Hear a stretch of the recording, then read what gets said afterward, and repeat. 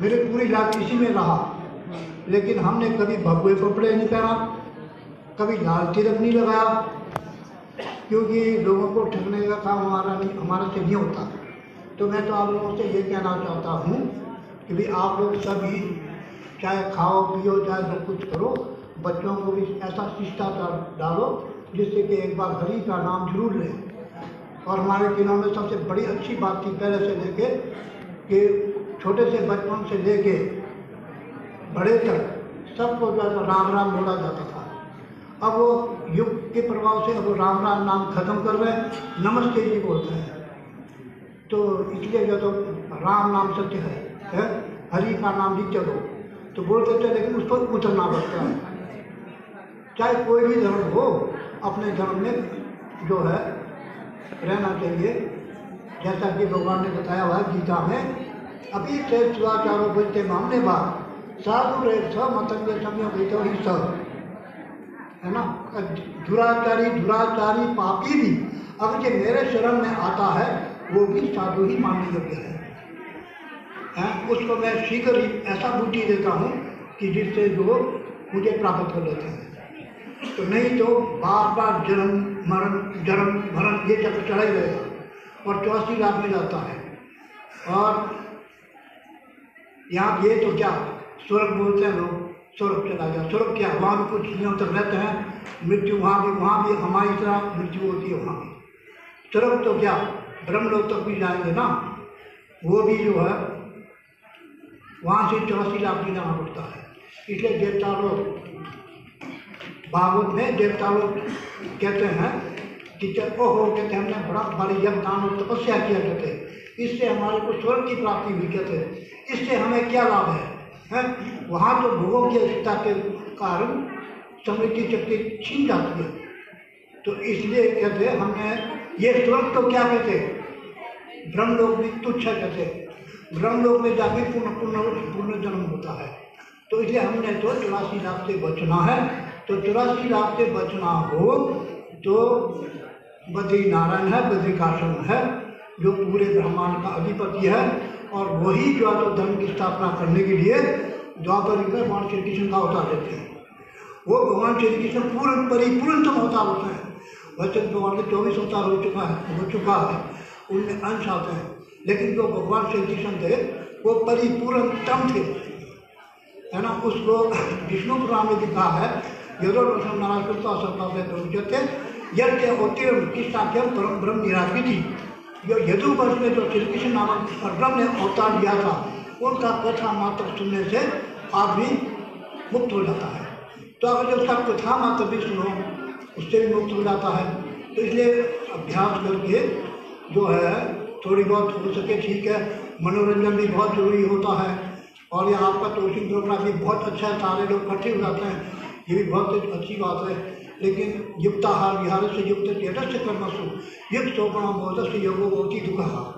भगवान श्री कृष्ण ने मुझसे कहा है ये युक्त जितना कि आदमी काम करता है उतना ही खाना चाहिए, और ये बिहार भी जरूरी है, नाचना बिहार भी जरूरी है, इससे से ठीक रहता है, और इससे जो है सेहत में भी ठीक है, जो आगे को बुद्धि की प्रयोग हो जाती है। तो मेरे कहने का ये मतलब है कि मैंने चारों वेद पुराण इतिहास हमारे जो सनातन धर्म का है उसमें जो है यही है, बाकी कुछ नहीं है। अब मैं जो आपको बता रहा हूँ, मैंने 25 साल की उम्र पदों की प्राप्ति की, अध्यात्म सिद्धि की है जी। लेकिन जो है मेरे पास जो वही आदमी आ सकता है इस धर्म को करना हो जो विषयों से परे हो।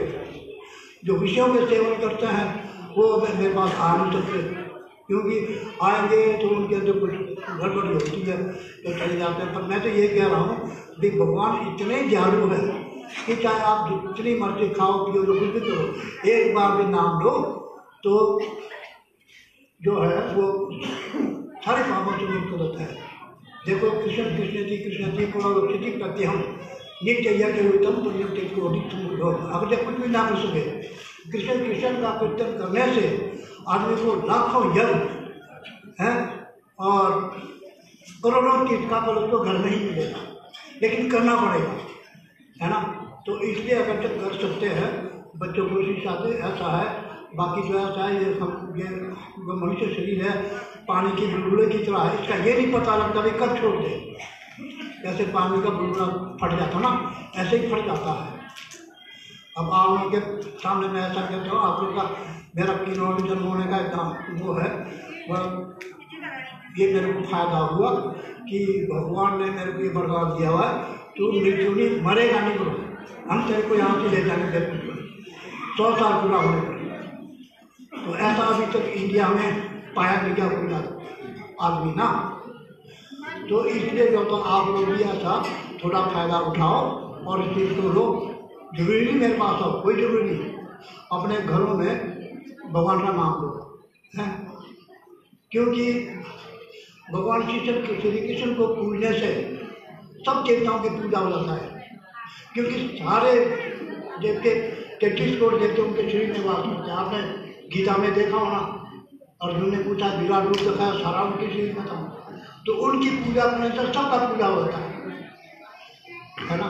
हमारे बड़े भाई साहब आए यहाँ बुजुर्ग, इनसे मैंने पहले इनके पास व्यक्ति में देवी बाबू था इनके पास, हमारे जो बुजुर्ग आए ना बड़े देवी बाबू था इनके पास, उसमें भी गया तो पंच करते ब्रह्म ज्योति सनातन सत्य स्वरूप तेरी कृष्ण परमात्मा ईश्वर कारणम कारण सर्वमंगलम मंगलम जन्म मृत्यु जरा व्याधि शोक भीति हरम परम। यानी भगवान श्री कृष्ण का जो है वो जो है उन्होंने भगवान शिव ने 5 लोगों से उनका नाम दिया और उन्होंने जो है इसलिए जो है मृत्यु पर विजय प्राप्त किया, इसलिए शिव जी का नाम मृत्युंजय पड़ा। और वो श्री कृष्ण जो है कारणों के भी कारण है, कारणों के कारण है, निराकार है, कारणों के कारण है, और सत्य स्वरूप वही सत्य स्वरूप है, परमात्मा में ईश्वर, ईश्वर के भी ईश्वर है। तो ऐसे जो भगवान है जन्म मृत्यु जरा व्याधि शोक भीति हर परम, यानी जन्म मरण कैंसर वगैरह रोग होते हैं, ये रोग भी लगता कुछ नहीं है जी। तो ऐसा है, तो साइंस अपनी जगह में है, अध्यात्म अपनी जगह में है, समझे ना जी। ये सब भगवान की प्रेरणा से होता है। तो ऐसा है, आप लोग सभी लोगों से मैं तो यही कहता हूँ कि भाई आप लोगों ने अपना कल्याण करना हो, कल्याण होने चाहिए नहीं, अति दुर्लभ है, बड़े अनेक पुण्य कर्मों से मनुष्य योनि मिलती है। और फिर उसमें भी जो किन्नौर वालों को तो मेरे पास, मैं बद्रीनाथ गया, हमारे ज्ञान में वहाँ बातचीत होती है, तो किन्नौर वालों को तो ऐसा होता है कि मुझे ना मनुष्य जाति में किन्नर है, किन्नर नंबर की जाति में सबसे ब्राह्मण से भी ऊपर है। तो ऐसा अच्छा हमने जन्म लिया है, और उस जन्म को लेकर कुछ तो फायदा उठाओ, ये हमारा है। बाकी जो ये बाकी आप अगर आप लोग ऐसा कर सकते हैं तब कुछ थोड़ी बहुत सी दे दो। भागवत में देखना देवभूति बोलती है, वो चांडा भी दुर्लभ है जो एक बार भी हरि का नाम ले सकते थे, इसलिए भगवान का नाम लेना चाहिए। लोग सब लोग प्रैक्टिकली है हमसे, मैंने जितनी भी, जैसे आप लोग साइंस लोग, डॉक्टर लोग प्रैक्टिकल थ्योरी देखते हैं, मैंने भी अध्यात्म में पूरा प्रैक्टिकल थ्योरी देखा हुआ है ना। तो जैसे मेरे पास है, मेरे कोई शिक्षक है, किसी को जा तो 108 की बुखार हो ना, चाहे कोई फोन करता है और वहीं से मेरा हट जाएगा, चलो उसी तक खत्म हो जाता है, कोई दवाई लेने की जरूरत नहीं, कुछ नहीं, बगैर दवाई से हो जाता है। और जिन्होंने पॉइजन खाया है, वो जिन्होंने कईयों ने पॉइजन खाया, उनको मेरे पास आया, मेरे शरण में मेरे को बड़ा बोला, उनको बोला चलो ठीक हो जाएगा, वो भी ठीक हो गए। अब हमारे इनके रिश्तेदार थे फरीदाबाद में, उनके पास एक लेडीज की डिलीवरी थी, तो उसमें क्या तो उसका डॉक्टरों ने वहाँ मना कर दिया, 2 में से 1 तो बचेगा बेटे, दोनों में से 1 को तो मारना ही पड़ेगा, है पिछले साल की बात ना, 20 की बात है। तो वो मेरे पास आए, मैंने उनको बोला भी नहीं, कुछ लोग जाओ डिलीवरी हो जाता, ऐसे ही हो जाओ, वैसे ही हो गया। तो ये परमात्मा का अतिशय शक्तियाँ होता है, आप लोग भी ऐसे बढ़ सकते हैं, ये नहीं भी हम, आप लोग भी अभ्यास करेंगे तो आप लोग भी ऐसे बन सकते हैं, और जरा मृत्यु व्याधि को आप लोग खत्म कर सकते हैं। तो इसलिए मंत्र होते हैं। तो ये मैं इतना आप लोगों से इसमें कह देता हूँ कि भाई कृष्ण नाम से बड़ा कोई मंत्र नहीं है ना, नारायण के नाम से कोई मंत्र नहीं है। इस मंत्र से जो है यमदूत भी भाग जाते हैं, क्योंकि जब आदमी मर जाता है, मर नहीं लगता तो हमेशा यमदूत आते हैं, वो ले जाते हैं। लेकिन जो भगवान का नाम लेते हैं, तो मैं तो ये कह रहा हूँ कि आप लोगों ने जब मुझे बनाया है तो थोड़ा सा इसका फायदा ले लो, क्योंकि हमारा आने का कुछ उद्देश्य ये होना चाहिए, आप लोगों को फायदा होना चाहिए। और जब आप लोगों की क्या फायदा नहीं हुआ तो क्या फायदा। तो इसलिए जो है आप लोग जो है इसका कुछ थोड़ा अभ्यास करें। हम ये नहीं कहते तुम शराब खाओ, मीट छोड़ो, और जो खाओ पियो जो ईश्वर ने बनाया हुआ है, जो ईश्वर की इच्छा को अपने आप छुड़ा देंगे, विषयों से अपने आप छुड़ा देते हैं, है ना। तो ऐसा कुछ नहीं है। तो क्या मैं तो बचपन से नहीं खाया ना मीट वगैरह ना, हमने तो खाया नहीं कभी, कुछ प्रारूप था अच्छा। पर जो खाते भी है, मेरे साथ बहुत ऐसे शिष्य है जिन्होंने बड़ा बड़ा स्वीकार भी किया, वो भी किया, तो उनको भी भगवान ने माफ़ कर दिया, मृत्यु से बचा दिया, बहुतों को मृत्यु से बचा दिया, तो छोटे छोटे बच्चों को बचाया, है ना। तो ऐसा ऐसा मैंने ये प्रत्यक्ष देखा है, इनको पता पूरा ना। तो जो आप लोगों ने इस योग्य समझा, तो मैं आप लोगों को ये बता रहा हूँ कि भाई भगवान का नाम लेना चाहिए, और यही परम सत्य है। और ये भी बता रहा हूँ आपको, हमारे सनातन धर्म में अध्यात्म का मूल केंद्र बद्रीनाथ है, जो उत्तराखंड में चंबल डिस्ट्रिक्ट, वो मूल केंद्र है। जितने भी 33 करोड़ देवता लोग हैं ना, वहीं से सिद्धि पाता, वहाँ के देवता सनातनी देवता लोग, उन्होंने बड़ा बड़ा ये तपस्या करी, देवता तो बन गए, लेकिन 84 लाख मृत्यु चली, तो उनको जो है बद्री विशाल बोला जाता है। बद्री विशाल का क्या मतलब है? बद्री लक्ष्मी का नाम है, विशाल हमारे अंदर एक ये शरीर है, सगुण शरीर है, इसके अंदर सूक्ष्म शरीर होता है, इससे भी मुक्त कर दे परमात्मा में मिलाता है, इसलिए उसका नाम बद्री विशाल है। तो ऐसा जो है यही बात है, इनके नाम बता सकता हूँ मैं। बाकी समझना हुआ है, मैंने अभी जाना भी है वापस ना, तो मैं कहता हूँ मैं जाना भी, अपना काम भी करना है। तो आप लोगों से ये करता हूँ कि मतलब आप लोग इसका ध्यान दें, और जब कुछ ना कुछ तो जिंदगी में एक बार बद्री विशाल जरूर जाया और वहाँ का दर्शन करो, है ना। वहाँ तपकुंड है, उसका स्नान करो, और वहाँ पंचशिलाएँ हैं, उसमें सब में भगवान विराजमान है ना। और भगवान ने स्वयं तो सत्युग में वहाँ भगवान दर्शन देते थे, लेकिन द्वापर युग में ना त्रेता युग में फिर लोगों में पाप बढ़ गया, फिर भगवान जो है ध्यान द्वारा होते थे दर्शन, फिर जो है उसके बाद आ गया द्वापर युग। द्वापर युग में और पाप खत्म, और पाप बढ़ गया। उसके बाद उन्होंने क्या कर दिया, उन्होंने फिर दर्शन देना बंद कर दिया। फिर भगवान को जो है भगवान का जो उन्होंने ब्रह्मा जी ने नारदपुर से भगवान विशाल बद्री विशाल का शालिग्राम मूर्ति विज्ञान प्रकट कर दिया। तो उससे जो है उसके दर्शन के लिए साक्षात दर्शन का भी फल मिलता है। तो उनका दर्शन करने से आदमी दोबारा माँ का शत्रुओं का दूध नहीं पीता। जैसे सच्चे मन से कभी जाके उनका दर्शन करना चाहिए। कोई भी जा सके ना वहाँ, तो वहाँ जाओ, उनका दर्शन करो। यही सबसे बड़ा मतलब हमारे लाइफ का सबसे बड़ा उद्देश्य है, और अध्यात्म ज्ञान का केंद्र भी हुआ पूरे, और कहीं भी है वो बहुत गुप्त था। और मेरे तो गुरु है, मेरे को उन्होंने अध्यात्म ज्ञान दिया, उनके द्वारा मेरे को वो हुआ, उनके द्वारा मेरे आत्मसिद्धि हुई है जी। अब हम अध्यात्म में हमारा आत्मा अंदर रहता है, जब हम आपको कोशिश करेंगे तो जीत जाता है जी। तो ऐसी बात है। और मेरे पास थोड़ा सुनने का होगा, मैं तो थोड़ा इतना धन्यवाद करना चाहूँगा आप लोगों का। तो इसलिए मैं तो आप लोगों ने बोल सके तो भगवान का नाम दिया करो, जलाने का ही उद्देश्य है। बाकी क्या बताऊँ, बोलो बद्री विशाल की जय। और हमारे बीच बैठे सभी किन्नौर के भाइयों बहनों और प्यारे बच्चों, मैं सबसे पहले तो आप सबको प्यार भरा नमस्कार देना चाहती हूँ। आप सबने इतना हमें यहाँ बुलाकर सम्मानित किया, उसके लिए बहुत बहुत धन्यवाद समझ देना चाहती हूँ। हमने कुछ नहीं किया, जो किया आप ही के सहारे से किया। हमारे बीच बहुत सीनियर लोग बैठे हैं, आप लोगों का ही सपोर्ट रहा, जो कुछ थोड़ा बहुत मैं इस जीवन में कुछ कर पाई। तो आप सबका मेरा बहुत बहुत धन्यवाद।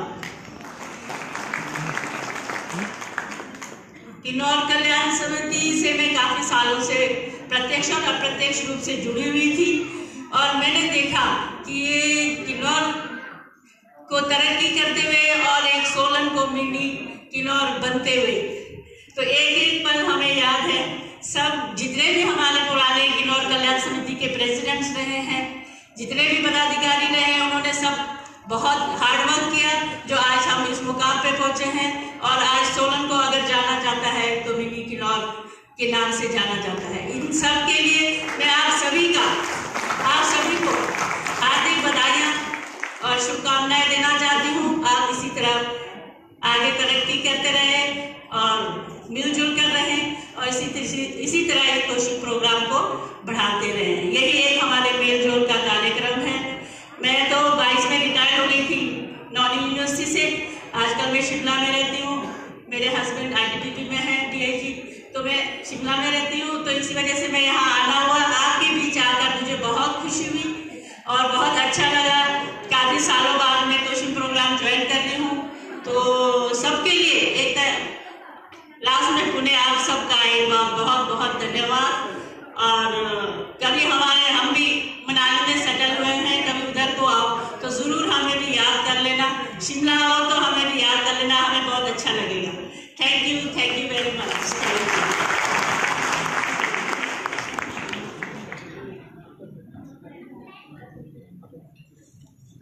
बहुत बहुत धन्यवाद मैम।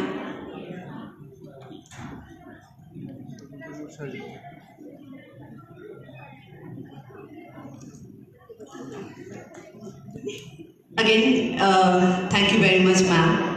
और जैसे अभी मुझे सर ने कहा कि हमारे जो बच्चे यहाँ से गए हैं वो एक बार फिर आपके सामने आएंगे विद अनदर परफॉर्मेंस, और उसके लिए मुझे थोड़ा सा आप लोगों के साथ बातें करना है ताकि आप लोग बोर ना हो जाए। और साउंड सिस्टम में मेरे को कॉर्डलेस माइक मिल सकता है, तो मैं कितना बात कर सकती हूँ। मैं चाहूँगी कि मैं आपके बीच आऊँ और आप लोगों के साथ कुछ बातचीत करूँ।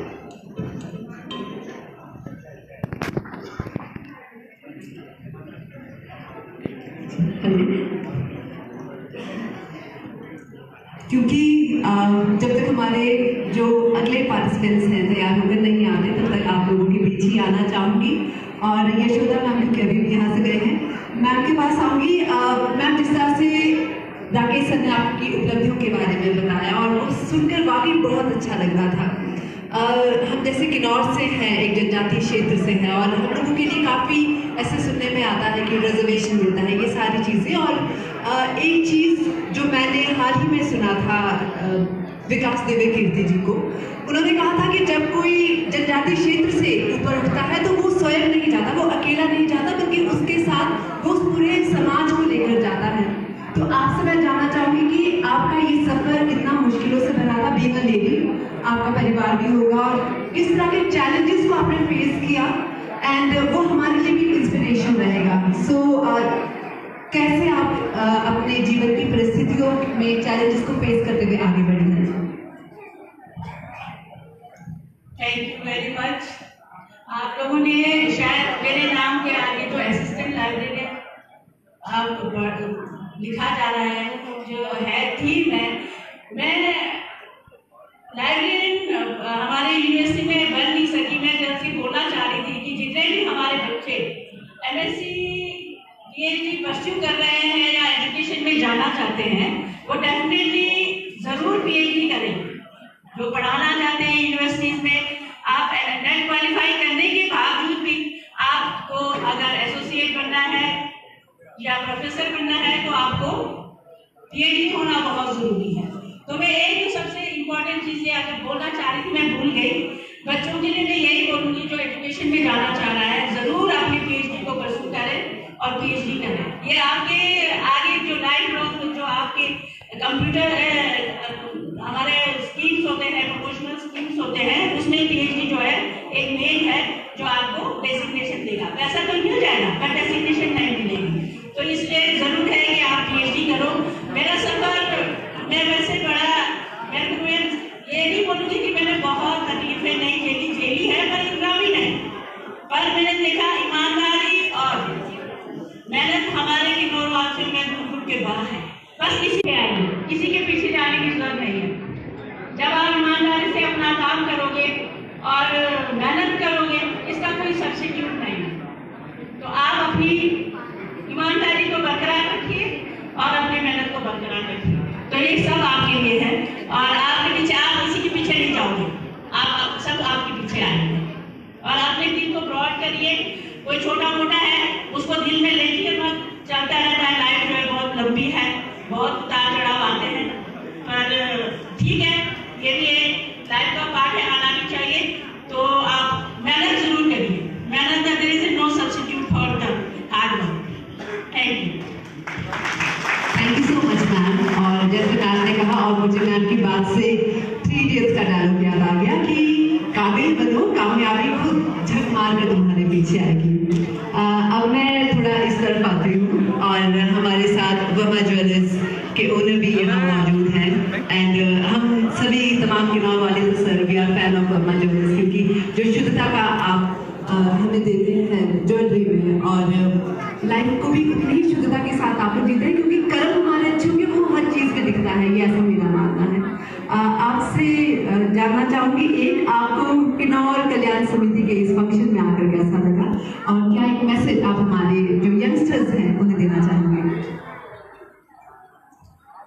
आज एक बहुत ही आनंद सा महसूस हो रहा है आप लोगों के बीच में, बहुत ही बढ़िया लग रहा है। ऐसा कल्चर देखने को मिल रहा है और आनंदित महसूस हो रहा है। हम गुरु जी के साथ आते हैं, गुरु जी हमारी शिक्षा नारायण प्रतीक्षा भगवान के विषय में ज्ञान देते हैं। हम कानून में खूब जाते हैं, काफी ऊपर जाना होता है, वहाँ पर के साल में 2 दिन चक्कर लगते हैं हमारे, तो हम कल्चर बहुत बढ़िया लगता है। और अभी भी आपका जो प्रोग्राम दिया बहुत अच्छा लगा और सभी से मिलकर बहुत आनंद आया।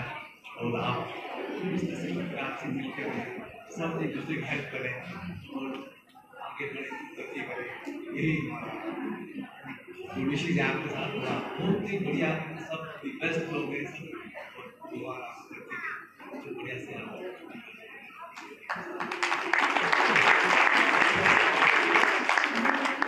बहुत बहुत शुक्रिया सर।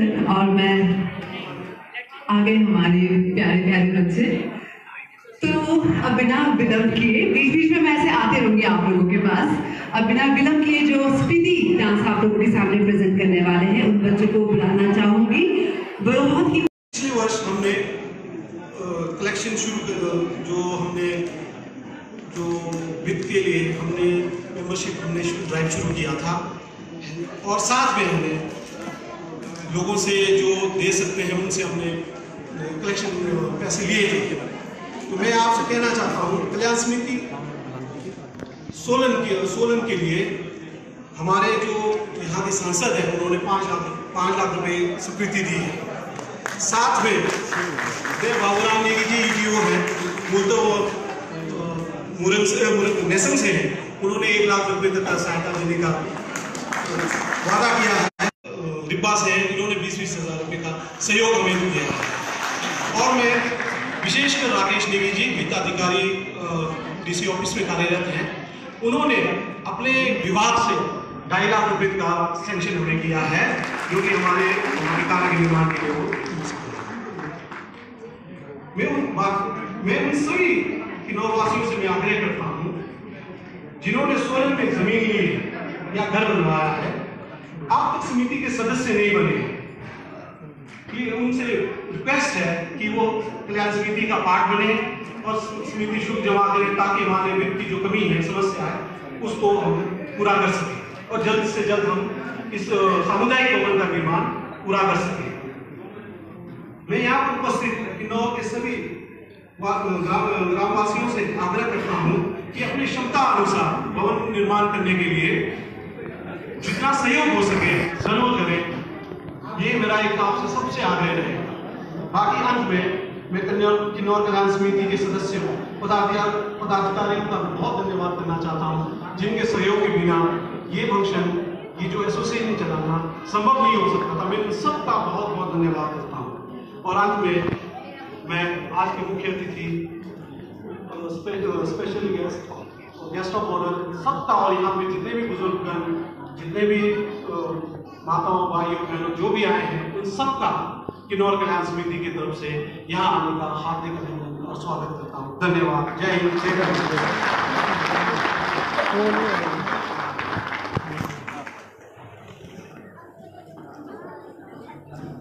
मैं मंच पर बुलाना चाहूंगी राकेश नेगी सर को कि वो मंच पर आए, और फिर उसके बाद हम हमारे आज के कार्यक्रम का जो पहला कल्चरल इवेंट है वो शुरू करने वाले हैं।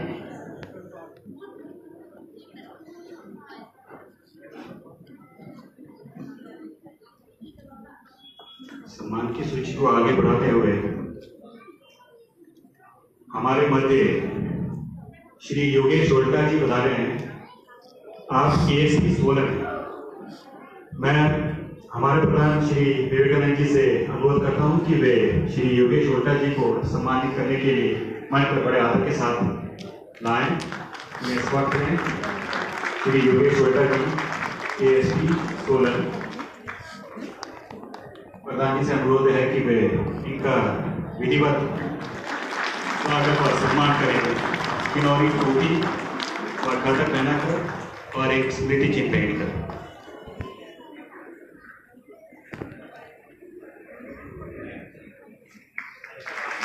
आपका बहुत बहुत धन्यवाद जो आपने हमारे कार्यक्रम में आने के लिए अपना समय निकाला। योगेश होल्टा, इसी कड़ी को आगे बढ़ाते हुए हमारे मध्य आज जो दोची में हमारे वंपा है, वहाँ के गैलोम लामा जी भी पधारे हैं अपना आशीर्वाद हमें देने के लिए। तो मैं लामा जी से निवेदन करता हूँ कि आप हम सबको आशीर्वाद देने के लिए मंच पर पधारे हैं एवं मैं उप प्रधान किन्नौर कल्याण समिति राजेंद्र नेगी जी को मंच पर आमंत्रित करता हूं कि वे लामा जी को बड़े आदर और सम्मान के साथ मंच पर लावें और उन्हें मंच पर सम्मानित करें।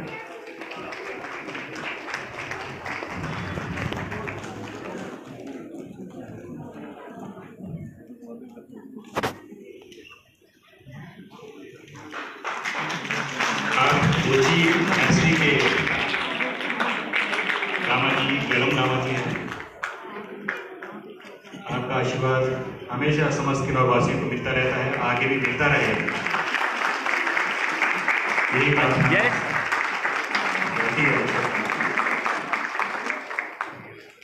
बहुत बहुत धन्यवाद लामा जी। हमारे मध्य आज मुख्य अतिथि गुरु जी के कुछ परम शिष्य बता रहे हैं, जैसे कि पहले बताया था। उन सबको भी किन्नौर कल्याण समिति बड़े आदर और सम्मान के साथ सम्मानित करना चाहती है। मैं आप सबका नाम लूंगा और आप कृपया करके मंच पर पधारें। प्रथम है श्री नीरज जी। मेरा अनुरोध रहेगा प्रधान किन्नौर कल्याण समिति व जनरल सेक्रेटरी श्री राजतिलक नेगी जी से कि वे मंच पर आएं और इन महानुभावों को सम्मान करें। किन्नौर कल्याण समिति की तरफ से एक स्मृति चिन्ह भेंट करें। अगले व्यक्ति श्री नीरज जी। श्री नीरज जी आप शास्त्री हैं, टीचर हैं, धरोहर के रहने वाले हैं। अगले व्यक्ति है श्री मुनीश जी। आप कंडाघाट में जो बेसिक वाले उनके सुपुत्र हैं। मुनीश जी आपका यही व्यवसाय है, बड़ा व्यवसाय है, आप इसी को कर रहे हैं, इसी को चला रहे हैं। आपका भी समिति के इस आयोजन में आने के लिए बहुत बहुत धन्यवाद। अगले महानुभाव श्री मोहन वर्मा जी।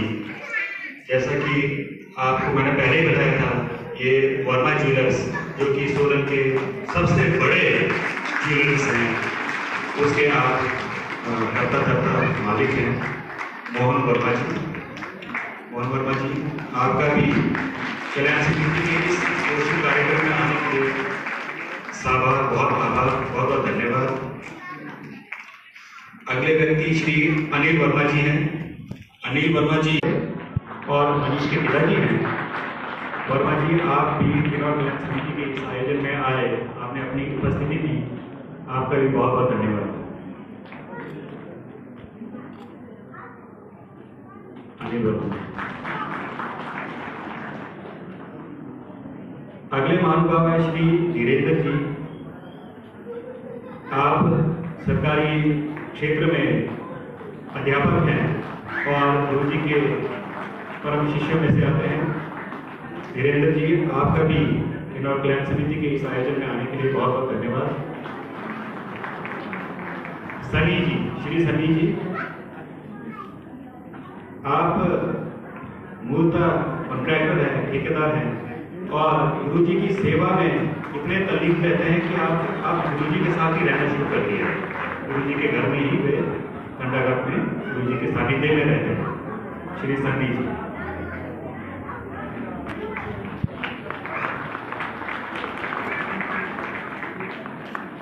आप सबका बहुत बहुत धन्यवाद।